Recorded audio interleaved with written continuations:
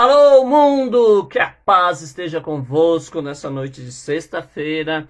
Nós vamos então continuar aqui em nossa leitura de 1 Coríntios, hoje no capítulo 12, a partir do verso 1.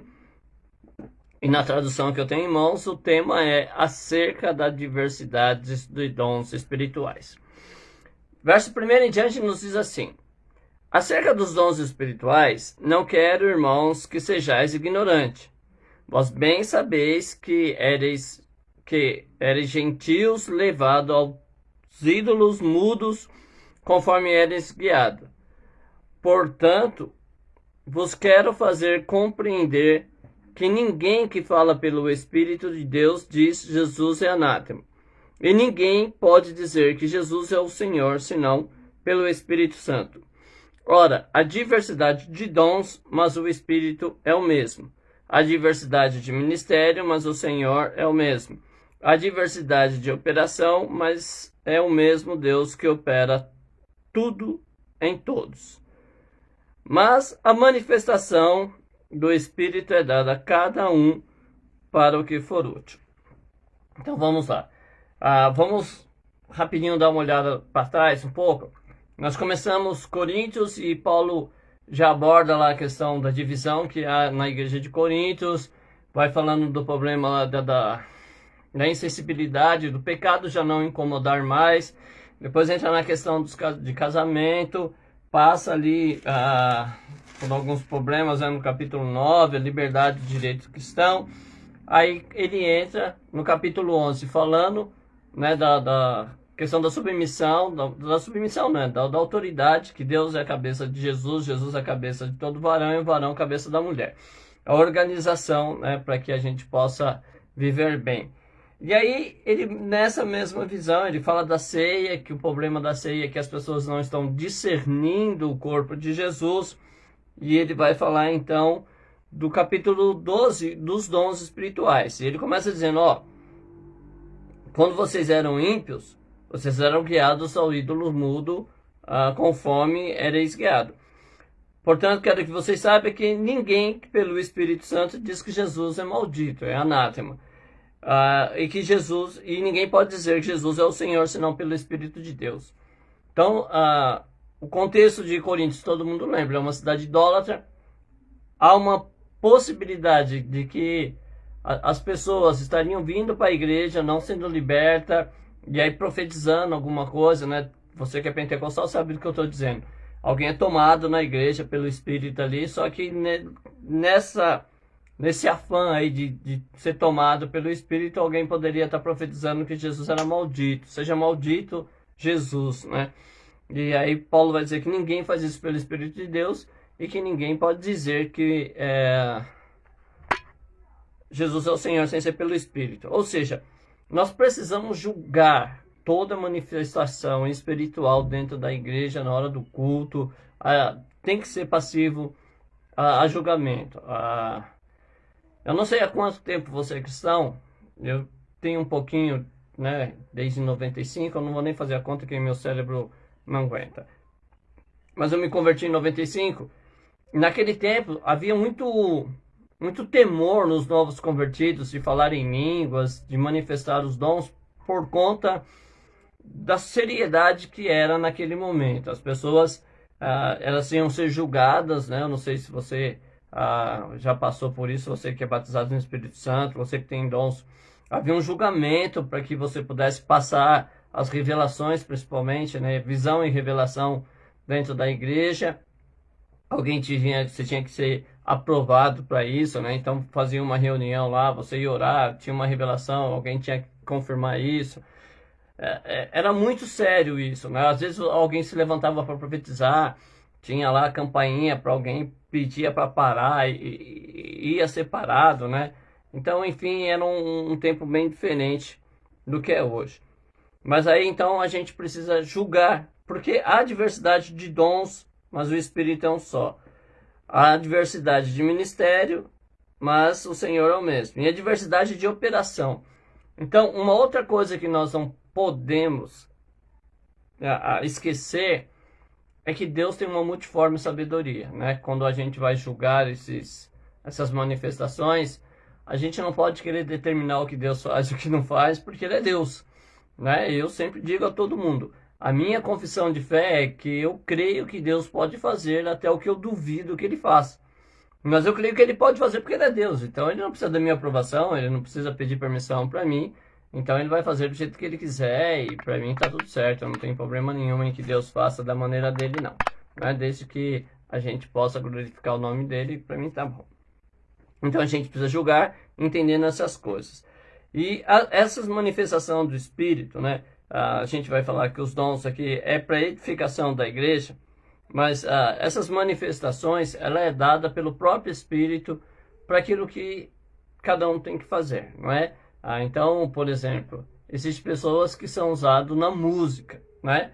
Tem algumas pessoas, por exemplo, que estudam música, né? Não é errado você estudar música, não é errado você estudar teologia, não é errado você estudar. Crescer no conhecimento nunca é errado.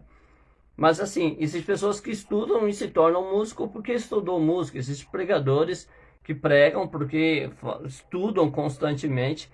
Agora tem pessoas que têm uma capacidade extraordinária, né? Uma coisa que não é comum.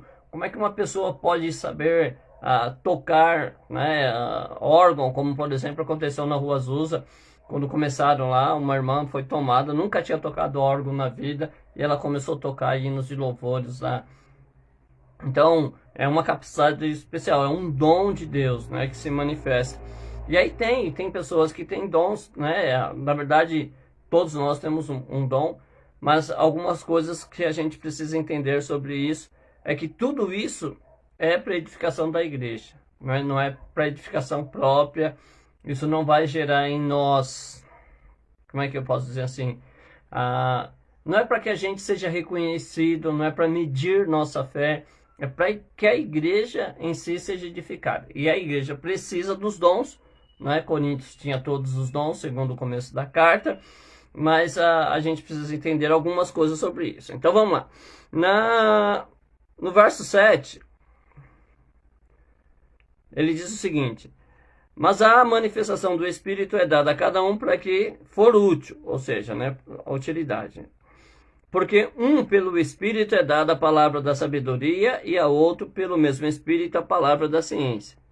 E a outro, pelo mesmo Espírito, a fé, a outro, pelo mesmo Espírito, os dons de curar, a outro, operação de maravilhas, a outra, profecia, a outro, dom de discernir espírito, e a outros, a variedade de línguas, e a outro, a interpretação de línguas. Mas um só é o Espírito, que opera todas as coisas, repartindo particularmente a cada um como quer. Então vamos lá. Nessa lista de dons, a gente tem outras listas também na Bíblia, mas nessa lista ele separa palavra da ciência e palavra de conhecimento, né? Às vezes você vê um pregador que ele fala de coisas assim que você pensa, cara, como é que ele consegue chegar a isso, né? Ele consegue ver em versículos que você já leu 50 vezes, ele lê e ele consegue ter uma dimensão muito além daquilo que a gente julga ser capaz, não é? E a gente está cheio de pregadores assim, graças a Deus, pessoas que têm essa palavra da ciência, né? E palavra da sabedoria e a palavra do conhecimento, né? Da ciência. Então a gente percebe que são pessoas que não são natural, né? Esse conhecimento que elas têm, isso daí tem que vir de uma força extraordinária. Aí tem a fé, né? Que não é a fé comum. São pessoas que têm uma fé muito maior que a gente, né? Elas conseguem acreditar em coisas que a gente não consegue.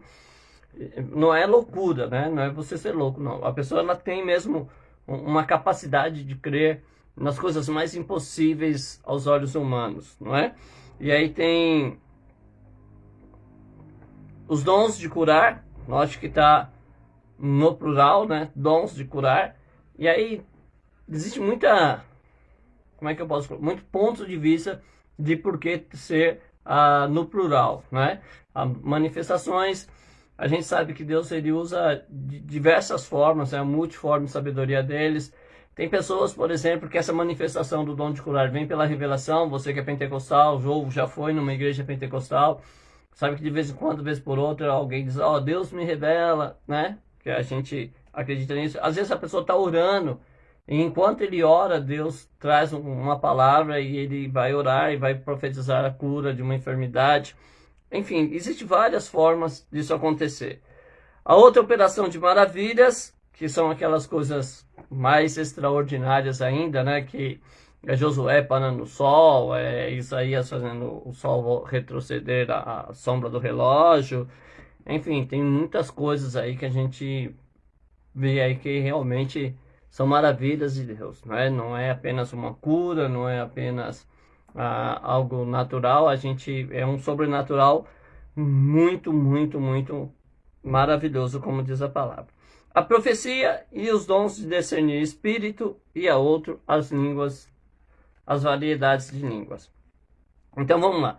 A gente sabe que a profecia é quando a pessoa ela tem uma palavra profética de algo que está por vir, né? Toda profecia é para o futuro. Profecia nunca é do passado. O passado pode ser uma revelação. Profecia sempre para o futuro, né? Discernir espírito, porque existe espíritos de diversas formas. Não é a pessoa está falando e você é demônio, não é. Você acaba tendo uma sensibilidade maior para entender aquilo que é de Deus, que não é, né? Aquilo que provém do Espírito Santo e aquilo que não vem. Porque, infelizmente, irmãos, existem muitas coisas que hoje são usadas nos dons, principalmente profecia e esses dons, né, esses dons proféticos, profecia, visão, que a visão também é uma forma de profecia, né, que as pessoas acabam só distinguindo o nome. Então, existe muita forma de a gente discernir. A maior e mais segura, né, a forma mais segura para que você possa discernir uma profecia é a palavra de Deus, né? A gente vê muitas revelações, muita profecia, muita visão, que elas não se encaixam no padrão bíblico. E sendo assim, não podem ser de Deus, né? Eu, pelo menos, acho que a Bíblia, ela é essa segurança. Se Deus nos deu ela como segurança, Deus não vai falar coisas contrárias ao que Ele deixou para ser a nossa segurança, porque senão Ele próprio estaria se traindo, né? Aí Ele não pode negar a si mesmo, então Ele vai usar sempre uma linha de concordância pela palavra de Deus. E a variedade de línguas, que também é uma outra coisa que a gente precisa estudar muito, né? Porque a gente sabe que os pentecostais, por exemplo, eles creem no dom de línguas estranhas, né? Que depois a gente vai ler mais para frente sobre isso. Que é um dom que você fala a língua dos anjos, supostamente. Uma língua que ninguém entende. E existe essa variedade de língua que muitas vezes, por exemplo, eu brasileiro vou nos Estados Unidos para pregar e Deus manifesta ali que eu pregando saia em inglês e as pessoas possam entender. Ou eu vou para o Japão e falo lá, né, o mandarim e as pessoas entendem. Então, existe essa variedade de línguas. Algumas pessoas não acreditam muito mais nesses dons, diz que os dons era só naquele tempo, não é para a igreja de hoje. Os pentecostais acreditam, os neopentecostais acreditam em partes e a vida segue. É bom que você estude para que você tenha a sua própria opinião. Eu, particularmente, acredito piamente nos dons e creio que Deus é bom e nos concede graça para que a gente possa viver seguro acerca disso. Então, esses são os dons relatados aqui, né, dados pelo Espírito Santo de Deus, e que você possa tomar cuidado nesses dons. Paulo vai nos aconselhar depois a buscar os melhores dons, né? A gente já vai chegando lá, e você vai ver como é importante que tenha os dons na igreja. Uma igreja cheia de dom não quer dizer uma igreja mais santa ou menos santa, só quer dizer que tem mais dons, não é? As pessoas têm mais habilidades para poder edificar essa igreja. Isso não quer dizer que se você congrega numa igreja que tem poucos dons, né, ou não são os dons mais, como é que eu posso dizer assim, mais chamativos, né, os dons que mais aparecem, assim, que se destacam, né, que nem profecia. Nós que somos pentecostais sabemos que as pessoas, elas criaram um certo vício com o evangelho pentecostal E muitas vezes elas vão para a igreja não para ouvir a palavra de Deus, não para se converterem, elas não vão para a igreja para serem ensinadas acerca do evangelho, elas vão porque tem alguém lá que é usado pelo dom e ela quer só uma revelação, e ela quer só que tenha lá uma palavra profética. Geralmente ela quer uma palavra profética que agrade a ela. E nesse ponto nós já vimos muitas coisas. Por exemplo, eu me lembro de estar numa reunião e os irmãos acabaram o culto e até foi, né, sugerido que ninguém viesse à frente para orar, mas tinha muitos homens que são usados pelos dons do Espírito Santo, e uma moça, né, uma senhora, devia ter uns 60 anos mais ou menos, ela entrou na fila de o primeiro e o irmão orou, não deu uma palavra profética para ela, aí ela foi para o outro e o irmão orou, e aí não deu uma palavra profética, ela foi em 5 pessoas que estavam orando, até que alguém deu uma palavra profética para ela e ela sossegou. Se de Deus, não sei porque eu não ouvi o que foi dito a ela, mas a gente percebe isso, né? Eu até postei esses dias que os falsos profetas, irmãos, eles se alimentam muito da idolatria que é gerado em torno dele, não é?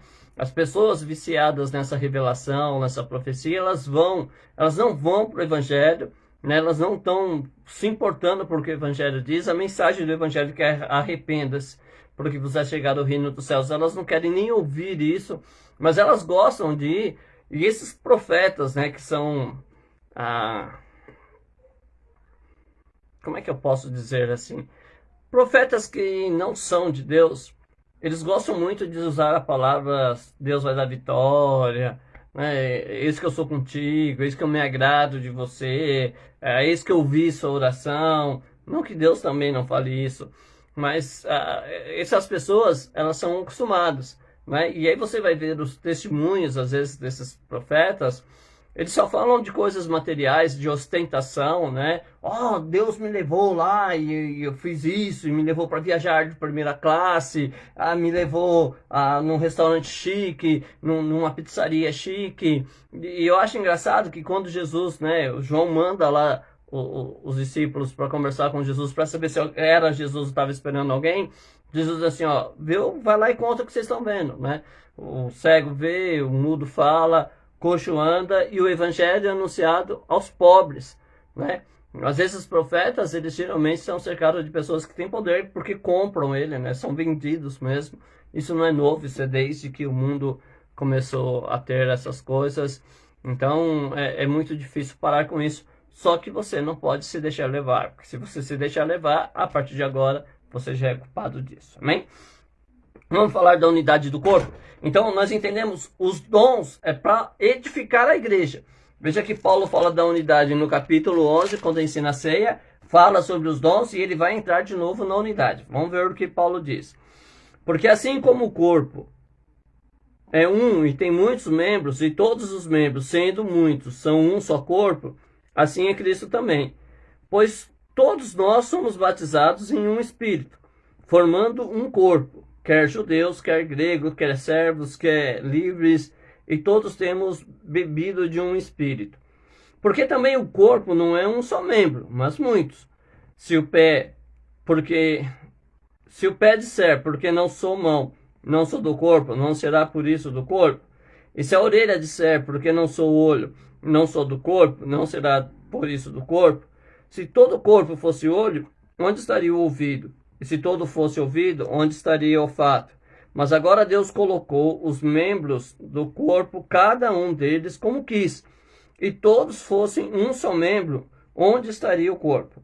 Agora, pois, há muitos membros, mas um corpo. E o olho não pode dizer, a mão não tenho necessidade de ti, nem ainda a cabeça aos pés não tenho necessidade de vós. Antes, os membros do corpo que parecem ser mais fracos são necessários. E os que reputamos serem menos honrosos no corpo, a esses honramos muito mais. E aos que em nós são menos decorosos damos muito honra. Porque os que em nós são mais honestos não têm necessidade disso. Mas Deus assim formou o corpo, dando muito mais honra ao que não tinha falta dela. Para que não haja divisão no corpo, mas antes tenham os membros igual cuidado uns dos outros. De maneira que, sendo um membro padece, todos os membros padecem com ele. E se um membro é honrado, todos os membros se regozijam com ele. Ora, vós sois o corpo de Cristo, e seus membros em particular. E pôs Deus na igreja, primeiramente, apóstolos. Bom, eu vou falar até aqui, depois a gente termina o resto. Então veja que ele fala dos dons, há uma variedade de dons. Ele fala, mas também nós somos organizados por Deus como um corpo. E porque eu não posso dizer assim, eu não tenho necessidade, né? O olho não pode dizer não tem necessidade da mão, a mão não pode dizer não tem necessidade do ouvido. E o olho também não pode dizer assim, ó, eu não sou do corpo porque eu não sou ouvido. O ouvido não pode dizer eu não sou do corpo porque eu não sou boca. Se a gente voltar a isso, né, lá no começo do texto, é essa a impressão. Por quê? Porque algumas pessoas também diferem isso, né? A medida do dom. Então, no língua estranha, a profecia tem um peso, a palavra da ciência um peso, a palavra do conhecimento outro, discernir outro. E que, na verdade, tudo contribui para a edificação da igreja. O corpo são muitos membros, ajustado como Deus quis para que a gente pudesse edificar. Da mesma forma, os dons. Pensa no seu corpo. A mão tem uma habilidade que é poder pegar, né, apalpar, segurar as coisas. O nariz tem a finalidade do olfato. A boca para que haja a manipulação da voz.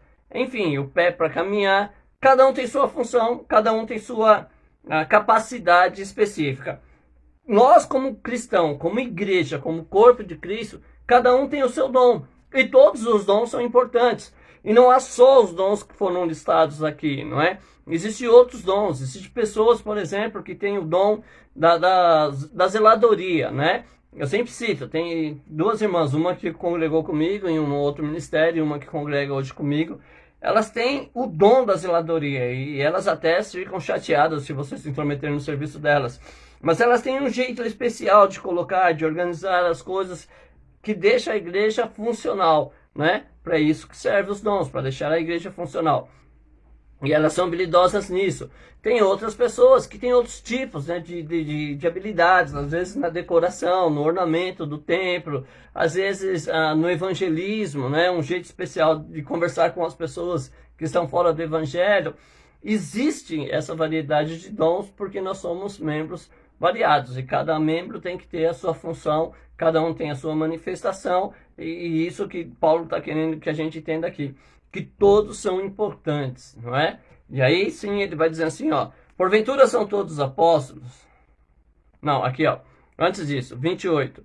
E a uns Deus na igreja, e a uns pôs Deus na igreja, primeiramente apóstolos, em segundo lugar profetas, em terceiro doutores, depois milagres, depois dons de curar, socorros, governos, variedades de língua. Porventura são todos apóstolos, são todos profetas, são todos doutores, são operadores de milagres, são todos operadores de milagres, têm todos os dons de curar, falam todos diversa língua, interpretam todos, portanto procurai com zelo os melhores dons, e eu vos mostrarei um caminho mais excelente. Olha aqui que Paulo está dizendo que existe a necessidade dessa variedade, mesmo nos chamados ministeriais, né, que a gente vai ver aqui, apóstolo, profetas, doutores, milagres. Então, todos nós somos chamados porque existe essa necessidade, não é? Eu penso muitas vezes que na atualidade evangélica que nós vivemos hoje, há uma necessidade de ter vários tipos de pessoas com um jeito diferente, não é? Por quê? Porque a sociedade se expandiu, né? Imagine que se eu for conversar com um jovem hoje de 16, 17 anos e eu não souber nada da tecnologia atual, eu vou ficar perdido e ele vai ficar perdido sem saber entender. Hoje eles têm uma linguagem bem diferente, né? uma linguagem cibernética, e é diferente. E nós precisamos aprender um pouco sobre isso para que a gente não acabe ficando tão fora de comunicação, que a gente possa falar uma língua que seja entendida por eles, não é? Então há essa necessidade, há a necessidade da ala tradicional na igreja, né, daqueles mais antiquados que lutam para manter lá os padrões, né, de usos e costumes, como a gente chama, também a necessidade deles, porque a gente não pode soltar a corda, né, e dizer assim, ó, vai, corre para onde você quiser. A gente precisa ter um certo controle, um certo balanceamento, né? Então, a ala conservadora, ela é muito importante também na igreja, assim como a juventude, né? Que é para não deixar a igreja dormir, né? Para deixar a igreja ficar ali apagada. Então, o que acontece? A gente precisa dos jovens para dar aquela guinada. Ô pastor, vamos atrás, vamos orar. Geralmente é o jovem que tem mais anseio de subir para o monte, de fazer vigília, né? E tem essa liberdade. Os solteiros cuidam da casa do Senhor, os casados cuidam das coisas de casado. Então a própria Bíblia reconhece isso, né? Que os jovens precisam, e a gente precisa desses jovens, né? Só que a gente precisa ter uma ala conservadora para segurar, porque os jovens, se você não segurar, é como um cavalo doido, né? Sai correndo aí em disparada e precisa de alguém que tenha lá as rédeas para controlar. Geralmente é a ala mais conservadora. É preciso que no corpo de obreiro tenha aqueles mais radicais, não é? Como a gente costuma dizer, tudo é pecado. É preciso que ele esteja lá também. Por quê? Porque às vezes eu acho que nada é pecado e aí faz um equilíbrio, né? Então, a gente precisa de todos. Quando você ler do corpo, Paulo vai dizer isso, né? Paulo vai dizer assim, ó, mesmo aqueles que são considerados indecorosos são necessários. Eu disse aqui outro dia, lendo a carta aos Coríntios, que às vezes a gente olha para uma pessoa e às vezes a gente pode até ser maligno, né? Ser tomado por um sentimento maligno de paz quando a gente entra na igreja e a pessoa não está lá.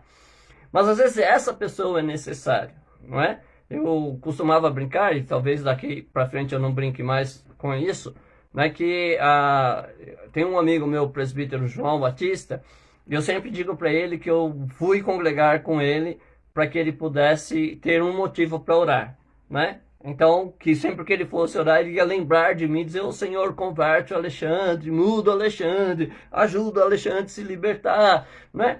E talvez essa pessoa que a gente ache chata, essa pessoa que não concorda com nada, ou que seja um Pedro, né? Ou tenha lá um sentimento parecido com Pedro, que critica tudo, que é o primeiro a falar, que sabe de tudo, e que não aceita nenhuma palavra contrária do seu entendimento. Talvez ela esteja perto de nós para que o Senhor trabalhe em nós, né? Nos lapide, nos transforme, mostre para nós que é preciso nós sermos mais flexíveis, não é?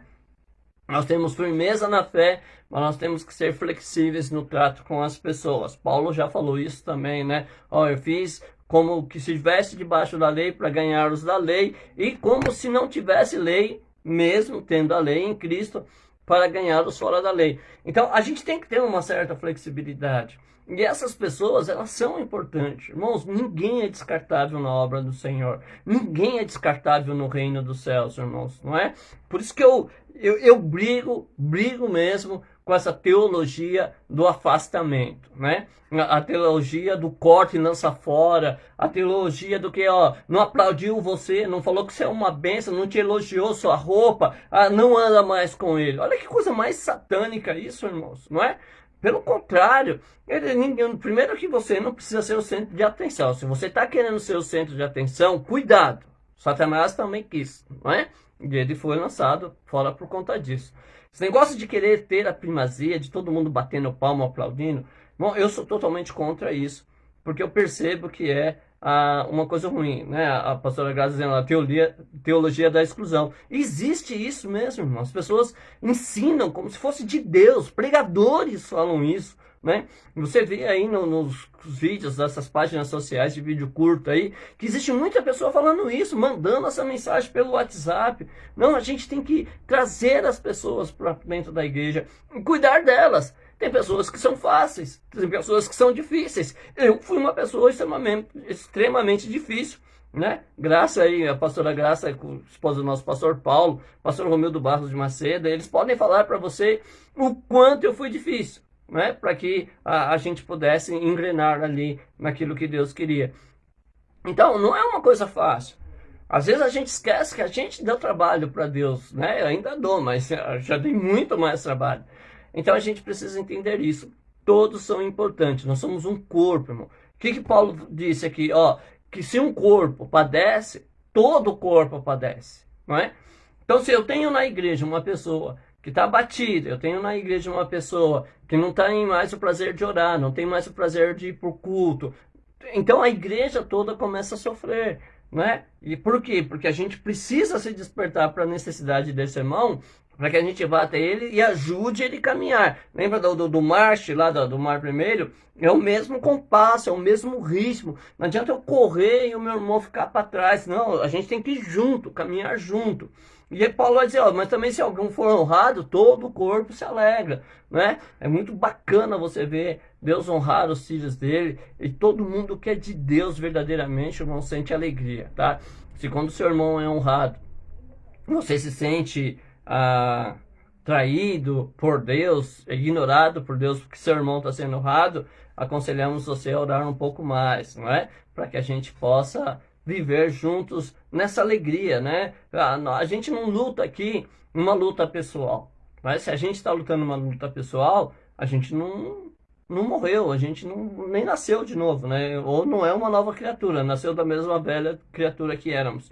Nós, cristãos, a gente se alegra quando uma alma vai para a igreja, independente se seja na minha, se seja em outra. O que a gente se alegra é que um pecador se arrependeu, um pecador deu o primeiro passo para a salvação, né? A gente não se alegra de saber, às vezes, que na igreja do vizinho teve um problema de disciplina, um obreiro tropeçou na fé. A gente não sente alegria nisso, irmãos, porque são nossos irmãos também, né? Então, quando independente da região do mundo, se acontecer alguma coisa que possa prejudicar o evangelho, se você é cristão, você sente isso. Agora, se você está lutando uma luta particular, talvez você tenha prazer, né? O irmão que te criticou, como eu já vi pessoas dizendo assim, irmão, né? Aquela filosofia da música da Damares lá, né? Deus me honrou, irmãos, colocou o irmão que me perseguiu lá para poder me aplaudir. Olha que coisa, irmãos, a gente não precisa disso, né? A gente não precisa disso não, crente não precisa disso. A gente ora para que Deus liberte eles, porque se eles estão perseguindo a nós, é porque eles estão cegos, é porque eles não conhecem a Jesus. E eles precisam conhecer para ser livre como nós. Mas se eu tenho um sentimento de prazer, porque uma pessoa está me ouvindo pregar e ela me perseguiu, esse prazer também não vem do Espírito Santo. Esse prazer também não é, né? Precisa ter o dom de discernir o Espírito lá, para saber que esse prazer não vem do Espírito Santo, não é? O que vem do Espírito Santo é gozo, paz e alegria. E aí eu não tenho, né, nada que ficar preocupado com o irmão, se ele está me aplaudindo, se não está, né? Quem é chamado para fazer a obra de Deus e tem convicção de que Deus está na sua vida, faz a obra recebendo elogio e ou recebendo crítica, não é? Ele é o mesmo, ele aprendeu a viver assim. Eu posso ter muitas coisas ou padecer necessidade, em todas as coisas eu estou instruído. Então eu estou instruído a sofrer críticas, eu estou instruído a ser perseguido, a se levantarem contra mim, e da mesma forma que eu estou instruído a receber um aplauso ou receber um elogio e não me ensoberbecer. Então, tudo isso é necessário. Então, voltando ao texto, né? Paulo está falando sobre unidade. Falou no capítulo 11, fala no capítulo 12. Aí depois nós vamos ter aqui um excelente capítulo 13 para nós estudar na segunda-feira. Aí vai falar depois da ordem do culto, do dom de profecia ser superior. Mas aí você vai entender que não é superior na questão de que se você é profeta, você é mais que alguém. Mas na necessidade que existe dentro da igreja de ter o dom de profecia e ser mais necessário do que o dom de línguas, né? Porque a profecia edifica os outros, a língua edifica você, como Paulo diz. E quando a gente for falar do dom de línguas, você vai ver que aí então essa teoria, né, que essas línguas são apenas idiomas, vai cair por terra. Porque Paulo diz que quando eu oro em línguas, eu não entendo, meu entendimento fica vazio. Ou seja, quem ouve também não entende. Se fosse um idioma, alguém poderia estar do meu lado e ser, né, nativo do país dessa língua. E que não é. Então é uma língua mesmo que as pessoas não entendem, somente Deus entende. Mas nós vamos estudar isso depois, amém? Eu espero que você seja cheio de dons e que você lembre sempre da unidade do corpo de Cristo. Não é? Nós estamos lutando por uma igreja sem divisão, uma igreja que defenda Jesus mais do que defende a placa ministerial. E aí eu quero lembrar, eu acho que eu já falei aqui nesse estudo, de uma situação que eu vi até numa dessas páginas sociais de vídeo curto. Um irmão está num encontro, acho que é sei lá, tem muitos cristãos assim, e ele diz assim: irmãos, nós vamos dar 2 gritos, né? Se foram palavras diferentes, é porque eu só ouvi 2 vezes e não consegui gravar exatamente a forma que ele disse, mas foi mais ou menos isso. Nós vamos dar 2 gritos. Primeiro nós vamos gritar o nome da nossa igreja local, e depois nós vamos gritar o nome do nosso Redentor, aquele que morreu para nos salvar. E aí no primeiro grito, cada um grita o nome da sua igreja. E ninguém consegue entender nada, né? Porque são muitos ministérios sobre a face da terra. No segundo grito, todos gritam Jesus. E aí ecoa um som bonito, né? Jesus único, uniforme. E é justamente isso, irmãos. A nossa luta não é contra as igrejas. Nós não lutamos contra os irmãos. Na verdade, Paulo vai dizer que a nossa luta não é contra a carne e sangue. O que nós lutamos é contra o inferno, contra Satanás e seus seguidores. A nossa luta é para que as pessoas conheçam a verdade e possam ser salvas. Essa é a luta de todo cristão. Se me aplaudem, se não me aplaudem, não é um problema meu, não é? Eu tenho a consciência de que eu procuro fazer o melhor que eu posso, para que quando eu fale da palavra de Deus, seja uma palavra com autoridade, não é? Sem muito achismo, sem muito ponto pessoal. Às vezes a gente fala de coisas difíceis, a gente faz isso.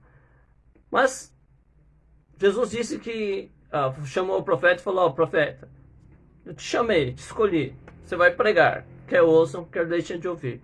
Eu gostaria que todos ouvissem, porque eu acho que eu falo da verdade. E sempre aconselho, examina, se não for, desconsidere. Mas a gente sabe que vai haver muita rejeição, muitas polêmicas que a gente não quer.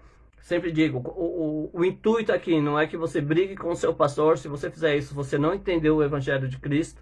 A gente somos submissos. Procure e converse, não havendo a disposição dele mudar alguma coisa que possa estar errado, e eu não estou dizendo que está, que possa estar errado segundo a direção bíblica. Você também não vai brigar com ele a partir disso. O que você vai fazer? Você vai orar a Deus para que Deus te guie a um lugar onde a Bíblia seja ensinada com temor, com responsabilidade. Mas você não vai se levantar contra a autoridade. Se a rebelião é pior do que o pecado de feitiçaria.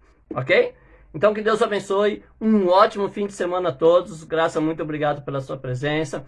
Dá um abraço aí no meu amigo Paulo, né? Do pastor Paulo. Para a glória de Deus. E para Ingrid, para Gabriela, enfim. Para nossa, né, amada a sua mãe. Conversar com o Walt, a família toda aí. Então, que Deus abençoe a todos vocês. Um ótimo fim de semana a todos. Segunda-feira, se Deus permitir, nós estaremos de volta para falar aí, então, de um tema que eu sou fascinado, né? Quem me conhece sabe. Então, se Deus permitir, na segunda-feira nós vamos falar de Coríntios 13. Que Deus abençoe a todos. Senhor Deus, nos ajude a sempre vivermos como um corpo, unidos e bem ajustados pela ligadura do Espírito Santo. Que ninguém, Senhor, se ensoberbeça, mas que também, Senhor, ninguém se sinta inferior, indesejado em nosso meio. Que nós aprendamos a viver em amor de maneira tal, Pai, que as pessoas se sintam abrigadas, protegidas e valorizadas, Senhor, em nosso meio, para que o Teu nome seja glorificado e para que a Tua alegria seja perfeita em nós, como igreja do Senhor. Abençoe os Teus servos, dê uma boa noite de descanso, um bom final de semana, e nós esperamos que o Senhor nos conceda a graça de continuar falando do Teu amor, sempre, Senhor, procurando fazer com justiça, com verdade e sinceridade, para o louvor da Tua glória, em nome de Jesus. Que Deus abençoe a todos, um bom final de semana e uma boa noite.